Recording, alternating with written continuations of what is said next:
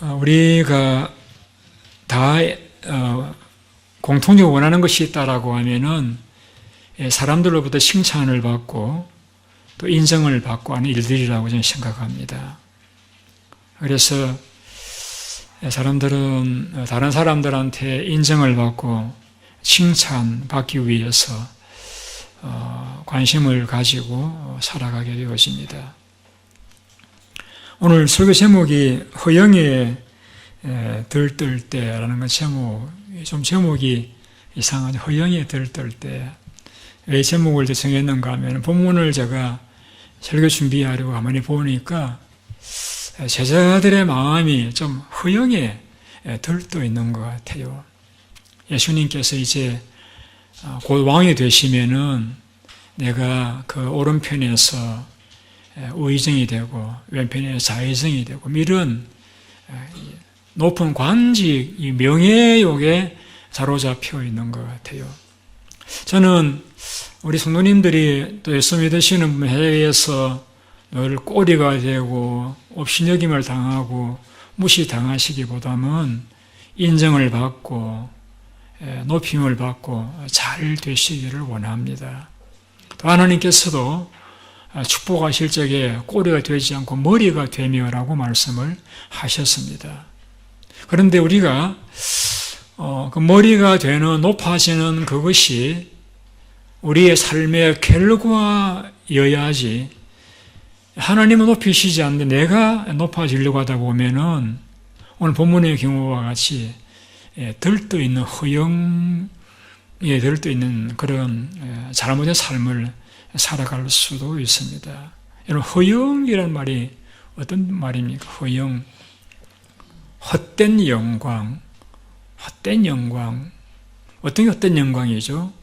사람들의 인정과 칭찬, 이걸 추구하는 것.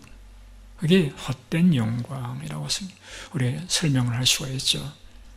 헛된 영광, 허영과 반대말이 무엇인가 살펴보았더니 검소 혹은 실소 그런 단어로서 나오더라고요.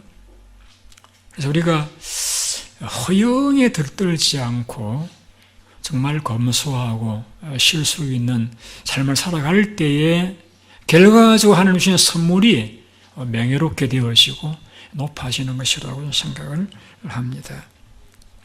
그래서 만일에 사람이 헛된 영광, 사람들의 인정과 칭찬을 추구한다라고 하면은 그것은 반비례적으로 그 자신이 가지고 열등감이 많다는 것이 되어집니다.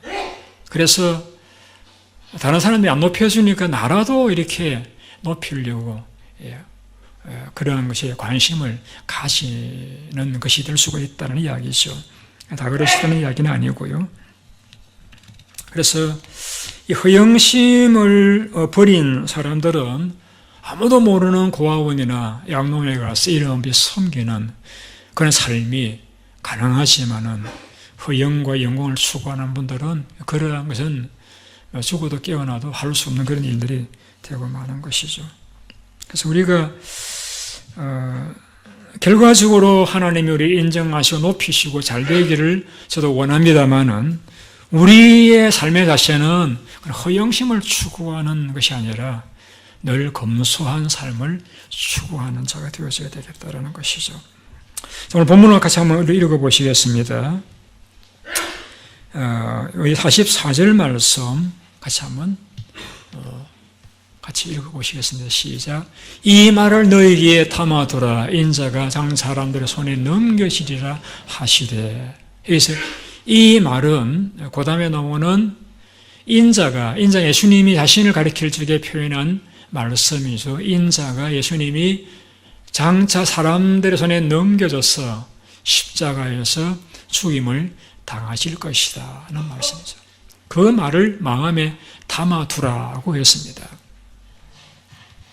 중요한 말씀이기 때문에 그렇게 말씀을 하셨습니다. 그런데 제자들의 반응입니다. 45절을 같이 보시죠.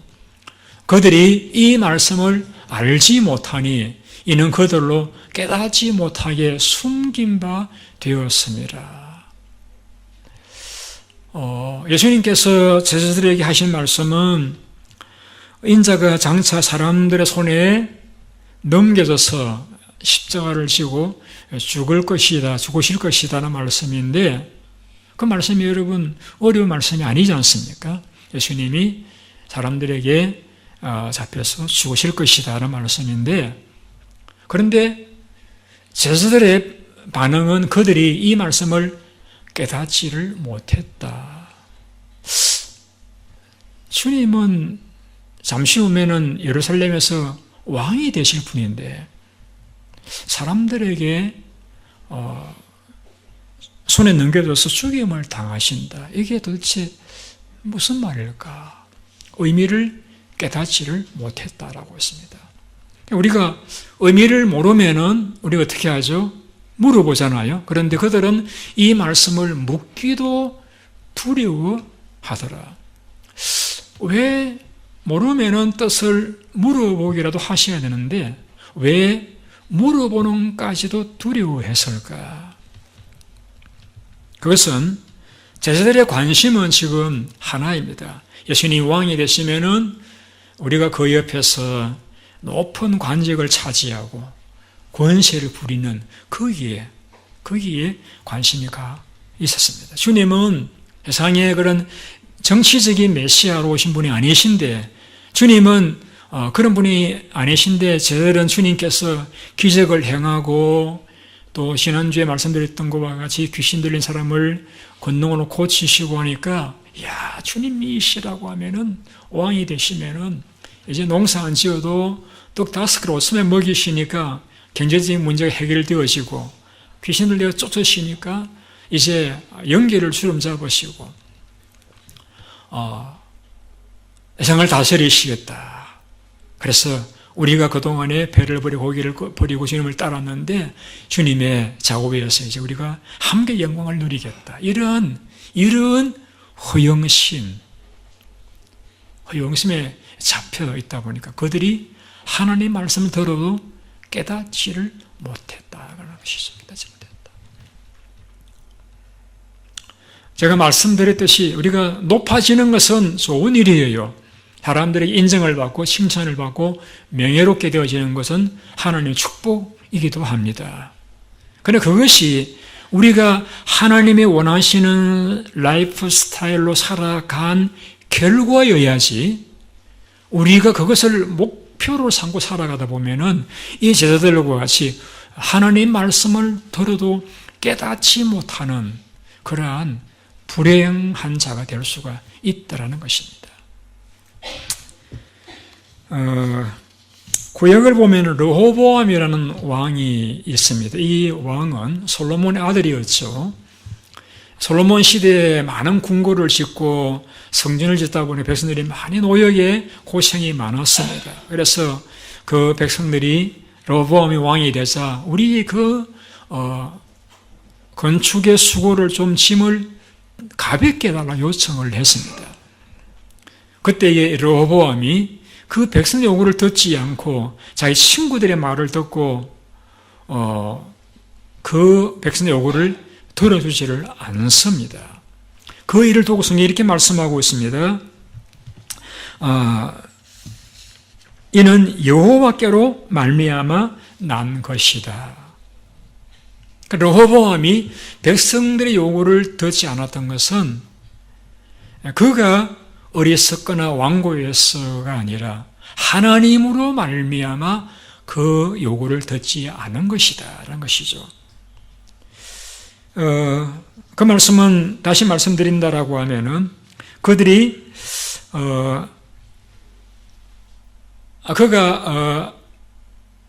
그 마음이 백성들을 위해서 섬기고 돕고 희생하려고 하는 그러한 마음이 없다 보니까 그 백성들의 아픔과 고통을 들을 수 있는 마음이 되지를 못했던 것입니다. 여러분, 우리가 이 설교를 여러분 듣고 계시는데 참 놀라운 것은 설교를 들으신다고 해서 다 하나님 말씀을 들으시는 것은 아닙니다. 예수님께서 베드로에게 이런 말씀을 하셨죠. 예수님은 자신이 누구냐는 질문을 하셨을 적에 베드로가 예수님은 하나님의 아들이십니다 라고 하자 예수님께서 너가 이것을 알게 된 것은 하나님 아버지로 말미암아 되어진 것이다 라고 했습니다. 그래서 너 부모를 잘 만나서 이거 깨닫게 되어진 것도 아니고 너가 똑똑해서도 아니고 하나님으로 말미암아 너가 이것을 깨닫게 되어진 것이다 라고 했습니다. 또 우리가 에베소서라는 성경을 보면은 복음을 비밀이라고 했습니다. 복음이라는 것은 예수를 믿음으로 우리가 구원을 받는다는 말씀이잖아요. 이거 너무 단순하고 심플한 그런 말씀인데 근데 많은 사람들이 그 말을 듣고서도 예수를 안 믿잖아요. 그것을 두고서 비밀이라는 단어를 사용해서 사람이 복음을 듣고 내가 예수 믿어야 되겠다라고 깨닫게 되어지는 것. 또 베드로가 예수님이 하나님의 아들이시다라는 것을 깨닫게 되어진 것은 그가 똑똑해서도 아니고 부모님에 의해서도 아니고 하나님께서 깨닫게 해주셨기 때문이다라는 것이죠. 그래서 우리는 여기서 뭘 알 수 있는가 하면 우리 하나님의 복음을 듣고 말씀을 들어도 하나님께서 깨닫게 해주시지 아니하시면은 깨달을 수가 없구나 하는 사실을 알 수 있습니다.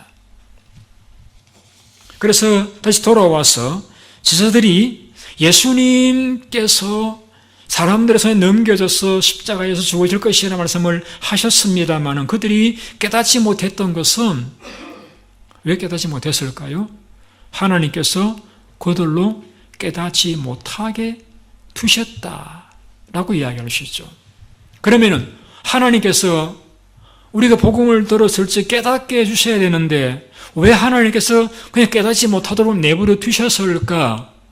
이유는 한 가지입니다. 그들이 허영심, 예수님이 정신의 왕이 되면은 내가 좌우에 앉아서 권세를 부릴 것이다는 그 잘못된 허영심에 잡혀 있었기 때문에 예수님 말씀을 귀담아 들으려고 하지 않았고 그런 마음이 높은 데가 있다 보니까 예수님의 말씀에 관심을 가질 자세가 되어있지 않았기 때문에 그들은 하나님의 말씀을 듣고 깨달을 수 있는 은혜를 누리지를 못했던 것입니다. 여러분, 우리가 성경에서 이런 말씀을 읽을 수 있습니다. 하나님의 말씀을 깨닫지 못하는 사람들은 짐승과 같다. 그런 표현이 나옵니다. 짐승과 같다. 우리가 마땅히 하나님의 말씀을 두고 깨달아야 되는데 하나님 말씀을 많은 선지자들이 계속해서 전하고 외치고 선포했습니다만 그걸 깨닫지 못할 때에 우리는 하나님 자녀로서 적합한 모습이 아니다라는 것입니다. 우리가 예수 믿게 되어진 것은 한 가지 이유입니다. 내가 죄인이기 때문에 예수를 믿는 것입니다. 죄가 없는 사람은 예수 믿을 이유가 전혀 없습니다. 내가 죄인이기 때문에 죄를 용서받고 구원받기 위해서 예수를 믿습니다. 그런데 하나님의 은혜가 임하지 않으면 내가 죄인인 줄을 알지를 못합니다. 다른 사람이 다 죄인이죠. 나는 깨끗해요. 그래서 내가 죄인인 것을 아는 사람은 하나님의 은혜를 받은 자라고 말씀할 수가 있습니다. 가정에서도 우리가 자녀들이 부모님을 공경합니다. 가정교육을 잘 받은 그런 자녀들은 부모님의 말씀을 순종하고 예의 바르고 인사성이 좋고 공경하고 순종합니다. 그것은 단순히 교육을 잘 받았기 때문이기도 하겠습니다만은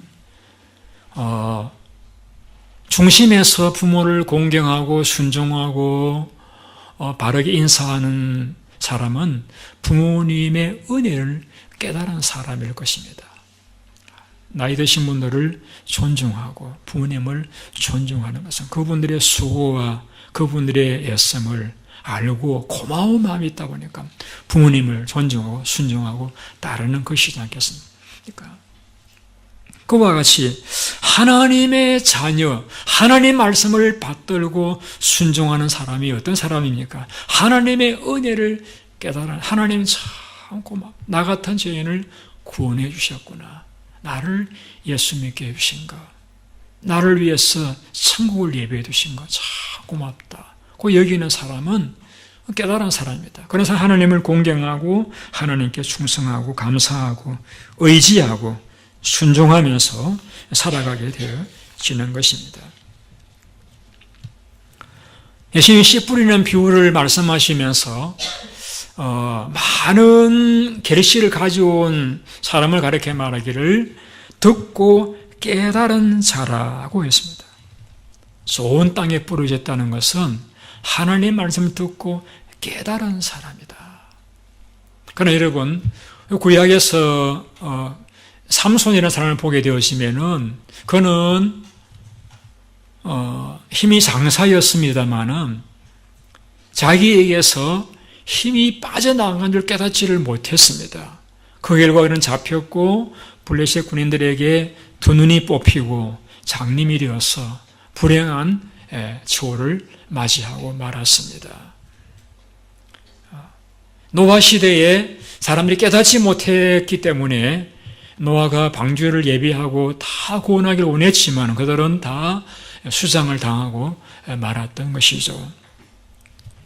우리는 하나님의 은혜를 받는 자가 되어져야 됩니다. 그래서 하나님 말씀을 읽고 들으실 적에 오늘 이 위로의 말씀이, 오늘 이 책망의 말씀이, 이 격려의 말씀이 나에게 하시는 말씀이구나 하고 받아들이고 깨닫는 자가 될 때 우리는 복된 자가 될 수가 있을 것입니다. 그래서 잠언 기자는 이렇게 말씀하고 있습니다. 악인은 공의를 깨닫지 못하나 여호와를 찾는 자는 모든 것을 깨닫느니라. 악한 자는 아무도 깨닫지 못하되 오직 지혜 있는 자는 깨달을 것이다 라고 했습니다. 여러분 우리가 깨닫고서 참 바른 길 복된 길을 걸어가시면 참 좋겠습니다. 두 번째, 우리 마음속에 허영심이 생길 적에 일어날 수 있는 불행은 무엇이냐면은 다툼이 일어납니다. 우리의 본문을 한번 같이 읽어보시겠습니다. 46절 말씀. 제자 중에 누가 크냐 하는 변론이 일어나니, 다른 버전에서는 다툼이 일어나니라고 했습니다. 그 다음 절요. 예수께서 그 마음에 변론하는 것을 아시고 어린아이 하나를 데리고다가 자기 곁에 세우시고 그에게 이르시되 누구든지 내 이름으로 이런 어린아이를 영접하면 곧 나를 영접함이요 또 누구든지 나를 영접하면 곧 나를 보내신 이를 영접함이라. 내 모든 사람 중에 가장 작은 그가 큰 자니라 라고 했습니다. 저는 지금 여러분들에게 우리가 사람이 헛된 욕심에 사로잡히면은 일어날 수 있는 불행에 대해서 설교를 드리고 있습니다. 그래서 저는 헛된 욕심에 사로잡히게 되면은 하나님 말씀을 깨달을 수가 없다라는 것이고, 두 번째는 헛된 욕심을 사로잡히게 되면은 불행한 것은 무엇이냐? 작은 자에 대해서 관심이 없습니다. 작은 자.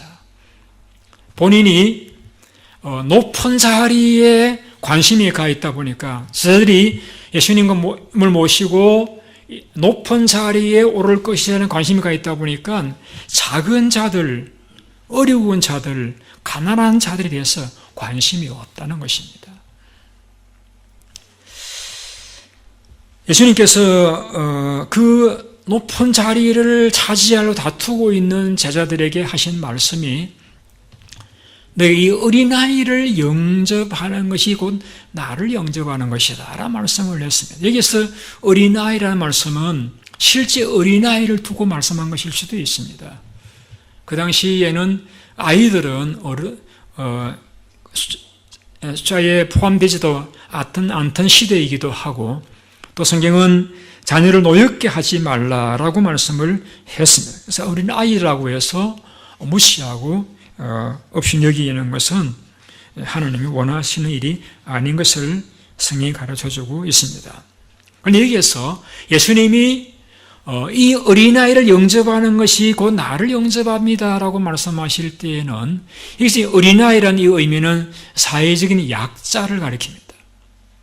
못 배우고 못 가지고 건강하지 못하고 무가치하고 소외된 그런 사회적인 약자, 갑이 아니고 을의 위치에 있는 그런 이들을 아무도 눈여겨보지도 않고 관심 가지지 않는, 그들의 말에 귀를 기울이지도 않는, 그들을 사랑하지도 않고 도와주지도 않는 그러한 이들을 가리켜 주님은 어린 아이라고 표현하고 있습니다. 그 어린아이를 영접하는 것이 곧 나를 영접하는 것이다 라고 했습니다. 여러분들은 어떠세요? 우리에게 새로운 분이 새로 나오셨다라고 합시다. 그러면은 일반적으로 그분이 뭐 하시는 분이시지, 나이는 뭐 또 더 나아가서는 뭐 고향은 이렇게 관심을 가지고 물어보다가 가까이 하시는 경우도 있고 관심을 갖지 못하는 그런 경우도 있겠죠. 그런데 일반적인 경우는 사회적으로 지위가 있고 영향력이 있고 실력도 있고 또 가진 것도 많고 그러한 분들에게 관심이 많은 건 저도 마찬가지고 우리 모두의 사실입니다. 자, 그것은 다시 이야기하면은 갖지 못하고 약하고 병들고 한 그러한 사람들은 차별을 당한다라는 말이 되어집니다. 주님 그걸 기뻐하지 않습니다. 그래서 주님이 하신 말씀이 내 이놈 이 어린 아이와 같은 약하고 천하고 소외된 그런 자를 영접하는 것은 곧 나를 영접하는 것이다. 이게 무슨 말씀입니까? 주님께서는 우리에게 뭘 요구하고 있는가 하면은 너희들은 나를 따라서 제자가 되려고 하는 사람들인데 헛된 주님이 왕이 되면은 자의정, 의정 되겠다 그런 헛된 욕망에 사로잡혀 있지 말고 내가 높은 보좌를 떠나서 낙주고 난 이 땅 위에 내려와서 십자가의 길을 걸어가는 것처럼 너희들도 나와 같이 사회적인 약자들, 가난한 자, 어려운 자, 그러한 자들에 대해서 관심을 가지고 살아가야 된다. 그것이 나의 관심사이고 그러한 자가 곧 나를 아는 자이고 그러한 자가 나를 바로 이해하고 나를 받아들인 사람이다 라는 의미로서 어린아이를 영접하면 곧 나를 영접하는 것이다 라고 말씀을 하신 것입니다. 앞서 말씀드렸듯이 하나님은 우리가 높아지기를 원치 않으신다든지 건강하기를 원치 않으신다든지 부자가 되는 걸 원치 않으신다든지 결코 그건 아니에요. 성경에서도 예수님이 가난하게 계시면 우리를 부욕해 하기 위함이라고 말씀하셨고 또 하나님은 꼬리가 되지 않고 머리 되기를 원하신다고 하셨습니다.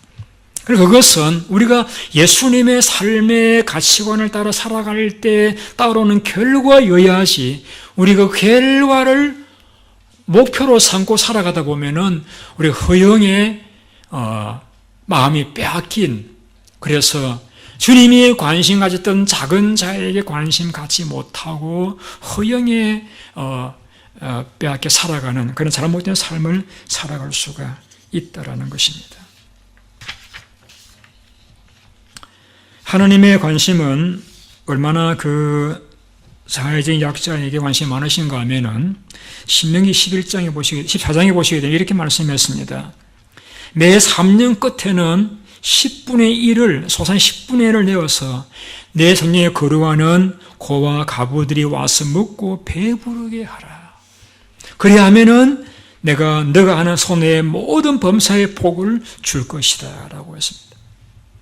하나님께서 법으로 정해놓았습니다. 매 3년마다 소산의 11조를 다 내어가지고 소년 11조는 1년 농사했을 적에 그 농산물의 10분의 1을 다 내어가지고 너희 성중에 있는 고아와 가부들로 먹고 배부르게 만들어라. 하나님이 법으로 정해놓았습니다. 그렇게 하면은 내가 너희들에게 복을 주시겠다 약속을 했습니다. 또 신명기 27장에 가보시게 되면 이런 말씀도 있습니다. 장님에게 길을 잃게 하는 자는 저주를 받을 것이다. 객이나 나그네나 고아나 과부의 송사를 억울하게 하는 자는 저주를 받을 것이라.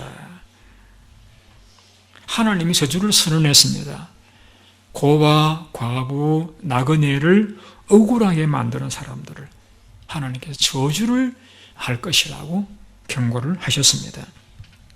더 나아가서 시편 65편에서 이렇게 말씀했습니다. 하나님은 고아의 아버지이며 과부의 재판장이시다.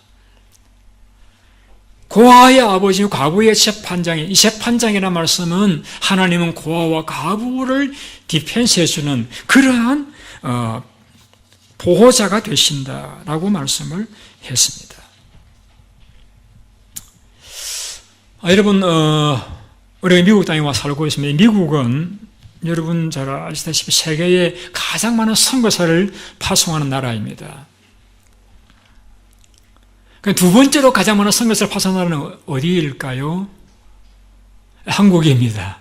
한국이 세계 두 번째로 많은 선교사를 세계에 파송하고 있는 나라입니다. 근데 여러분, 약 100년 전만 해도 세계에서 가장 못 사는 나라 중에서 두 번째가 어느 나라인 줄 압니까? 코리아, 한국이었습니다. 근데 여러분, 가장 못 사는 세계에서 두 번째로 못 사는, 가장 못 사는 나라인 그 한국에 미국의 선교사님들이 그 먼 넓은 태평양을 건너서 와서 한국의 복음을 전했잖아요. 그래서 오늘날 우리가 하나님의 복을 받아서 선교사를 많이 파송한 나라가 되었고 잘 살게 되어진 것이 하나님께서 그 믿음의 축복의 결과라고 저는 그렇게 믿습니다. 그들은 와서 무료로 운영하는 병원을 세우고 전쟁을 부모 일건 고아와 가부들을 위해서 모장원을 세우고 또 고아원을 세우고 양로원을 세워서 많은 소외된 이들을 돌보아 주었습니다. 여러분, 우리가 하나님을 믿는 자녀들로서 하나님의 관심이 사회 약자들의 관심이 가 있다라고 하면은 당연히 우리도 관심이 그러한 자들에게 가 있어야 됩니다. 우리 교회 안에서도 약자가 어떤 자라들입니까? 새로 오신 분들, 새가족들, 어려운 처지에 있는 분들, 몸이 약한 분들, 연로한 분들, 혼자 지내시는 분들, 어린 아이들, 뭔가 도움이 필요하고 도와줘야 될 그러한 분들, 이분들이 우리가 사실은 여기 말하는 어린 아이들이 이분을 영접하는 것이 곧 예수님을 영접하는 것이다 라고 말씀하고 있습니다. 예수님이 마태복음 18장에 이렇게 말씀했습니다. 누구든지 나를 믿는 자, 이 작은 자 중에서 한 명이라도 실족하게 하면은 차라리 연자 맷돌을 그 목에 달려서 깊은 바다에 빠뜨려지는 것이 나을 것이다. 실족하게 하는 일이 있음으로 말미암아 세상에 화가 있도다. 실족하게 하는 일이 없을 수는 없으나 실족하게 하는 자, 그 사람에게는 화가 있도다라고 했습니다. 그래서 주일날 설교를 하고 나면은 꼭 기도하는 것이 하나님, 오늘 또 저는 조금 더 하심이 없이 말씀을 전했습니다만은 혹시라도 제 설교를 듣고서 마음에 시험 들 분이 계시다라고 하면은 하나님 그 마음을 잘 어루만져 주셔서 시험 들지 않고 바로 하나님을 잘 섬겨도 해달라고 이렇게 해서 기도를 늘 합니다. 우리가 의도적으로 남을 넘어뜨리려고 하시는 분이 어디 계시겠습니까만은 우리의 작은 말 한마디, 행동 한 가지 하나가 자기를 실망시키고 무시하고 상처를 주고 업신여김을 느끼게 하고 넘어지게 만들었다라고 하면은 우리는 굉장히 두려워해야 돼요. 왜? 차라리 연자 맷돌을 그 목에 메고 깊은 바다에 던짐을 당하는 것이 더 낫다고 하신 말씀처럼 하나님의 심판이 엄중하기 때문입니다.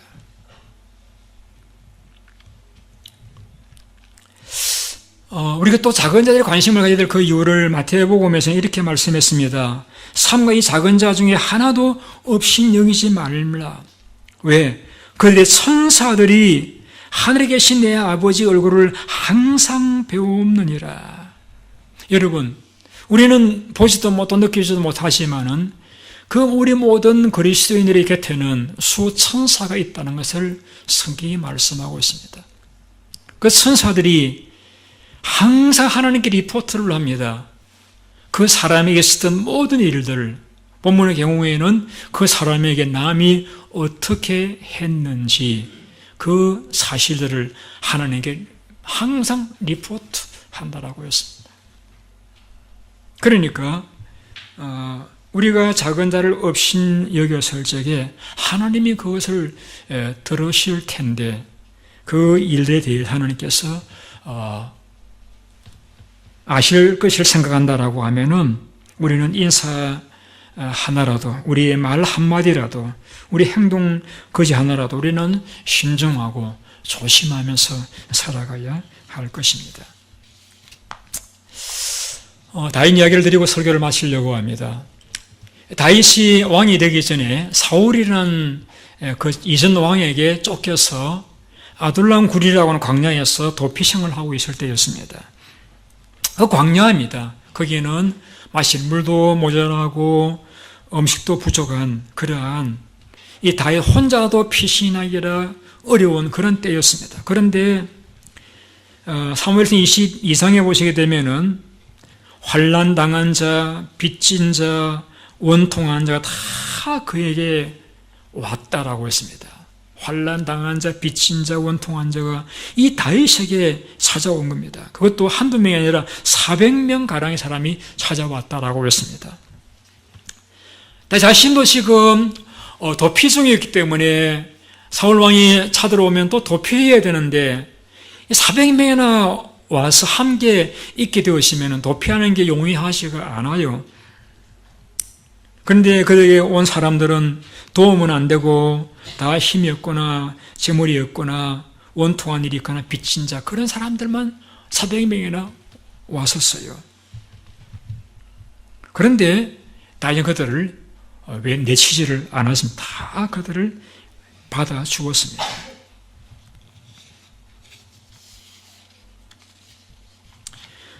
성경은 긍휼히 여기는 자는 복이 있나니 긍휼임을 받을 것이라고 했습니다. 그 말씀 그대로 다윗이 그 400명을 다 받아 주었잖아요. 그 400명이 나중에는 다윗을 이스라엘의 왕으로 세우게 되었습니다. 그리고 그 400명이 다윗을 돕는 그러한 강한 군대가 되었습니다. 우리 교회는 다른 교회와 다른 점이 있다라고 하면은 참 나그네 교인들도 많이 계시고 또 연로하신 분들 또 도움의 성에 필요하신 분들이 많이 있습니다. 그래서 때때로 우리 재직들께서 참 힘들어 하시는 것도 제가 보기도 합니다. 그러나 감사한 것은 우리 교회 직분자들은 전혀 그런 것들에 대해서 싫어하지 않고 기쁨으로 이날까지 잘 섬겨와 주셨던 것에 대해서 늘 저는 담임 목사로서 늘 고맙고 감사한 마음을 가지고 있습니다.